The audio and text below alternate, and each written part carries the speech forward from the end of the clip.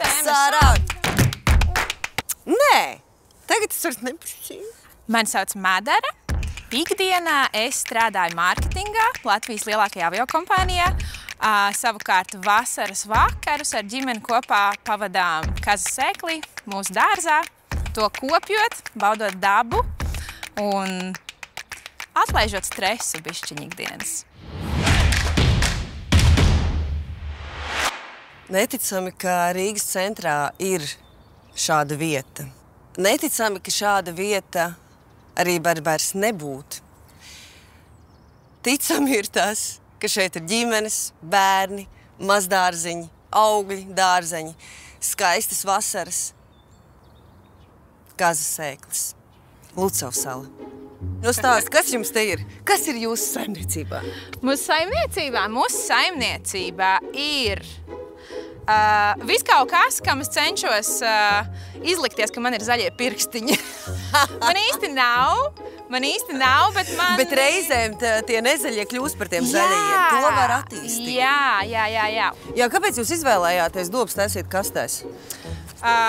Pirmkārt, man kā vizuāli domājošam ļoti cilvēkam, tas vizuālais aspekts, ka viņš izstāst tīri, sakārtoti, katrai lietai ir sava vietiņa, katram augam. Otrs arī tas aspekts, ka nezāles tik ļoti neaug, tādēļ, ka apakšā ir ģeotekstils, un tās nezāles principā netiek cauri. Ja ir, tad ir kaut kādas tur 5 nezāles vasaras laikā, kuras tu vienkārši izņem ārā. Tas vienkāršāk ar aizbraukt. Arī vasaras pavadīja ravējot vai... Jā. Nu, tad man absolūti skaidrs, kāpēc tev ir kastes. Jā, biešu garās dobes, kurām nav beigas, ir mans murgs. Un tagad es kļuvu par savu māmu, kurai arī ir dārs. Un es agrāk nesapratu, kāpēc man vienmēr dzina uz to dārzu un ka man lika ravēt un viņā pavadīt laiku. Mana zaļā fīča ir par ziemu savāktās olčaumalas, kas ir iztērētas. Tad es viņas sablenderēju blenderī. Šī metode nāk no tavas ģimenes? Tā metode nāk no vecvecākiem, no mammas, kura saka, nemet ārā olčaumalas, jo viņas zemītei ļoti nodara un augiem patīk. Jūs arī mulčējat, jā? Šeit, jā, un šeit tas ir saglabājies, bet īstenībā plūdos, kad mums bija plūdi tagad pēdējie rudenī, tā mulča, kas bija tajā dobē, tā visa atradās dārza otrajā stūrī, tā skaitā visādi mazie akmentiņas izvīt tur. Tad, kad mēs paņēmām dārziņu, mums jau brīdināja. Pirmajā gadā nebija pilnīgi nekas, un mums likās, cilvēki mums tur samelo, īstenībā nav tik traki, varbūt citiem ir, mums nav. Tad pienāca šis rudens, kad atbraucām vienu dienu, bija bišķiņa peļķa tajā galā, kur ir šķūnīts, bet likās, okei. Tas bija pāris stundu jautājums, mums sūtīja bildes, kaimiņi, vai jūs zinat, kā jūs dārs izskatās. Un tad bija tā, es domāju apmēram līdz ceļiem, tā ka viss šeit bija, pilnīgi viss bija zem ūdens, tā ka pat nav smieklīgi vairāk. Es dārzā stādu tādas lietas, kur ir ritīgi tādi pašizdzīvotāji, jo viņiem vajag šausmīgi daudz darbu, un viņiem vajag katru rītu un katru vakaru uzmanību, tad tas, diemžēl, nebūs kandidāts manam dārziņam. Ka tu varētu nostāties uz šitā, varbūt krāsla. Te. Un tad tu arī tiks klāt. Paldies! Daliekam iekšā. Paskatē visam skudrām. Te ir jau kaut kas, jā. Ir dzīvnieciņi. Atsistās. Parasti cilvēki dara kaut kā šitā. Es domāju, ka šitā te būs labi.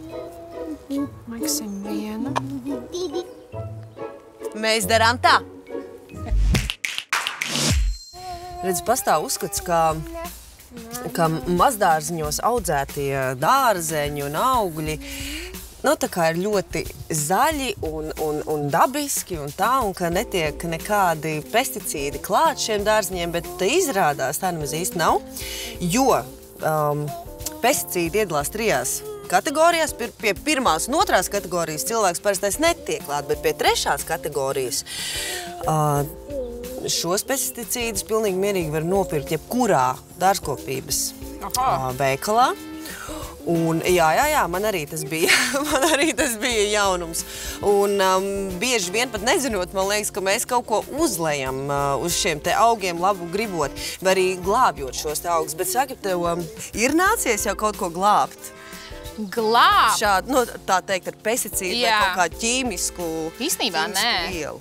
Īstenībā nē, jo tagad, kad tu ierunājies par kaut kādiem kukaiņiem, tas, ko es esmu darījusi, un tas atkal nāca no vīra brāļa ieteikums, novārīt ķiploku, kaut ko tur vēl nostādināt viņu, tad ir tāds ritīgs, smirdīgs ūdens, un ar to appūst visus augus.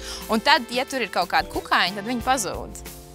Un mēs to arī mēģinājām, un man liekas, ka arī palīdzēja. Bet tā, kad apzināti pirkt kaut kādu ķīmiju, es laikam vienkārši esmu pārāk slinka, lai to darītu. Nē, es neesmu tiešām mēģinājusi. Kā izrādās, reizēm slinkums nāk par labu. Tieši tā. Ne tikai sev, bet arī dabai, vai ne?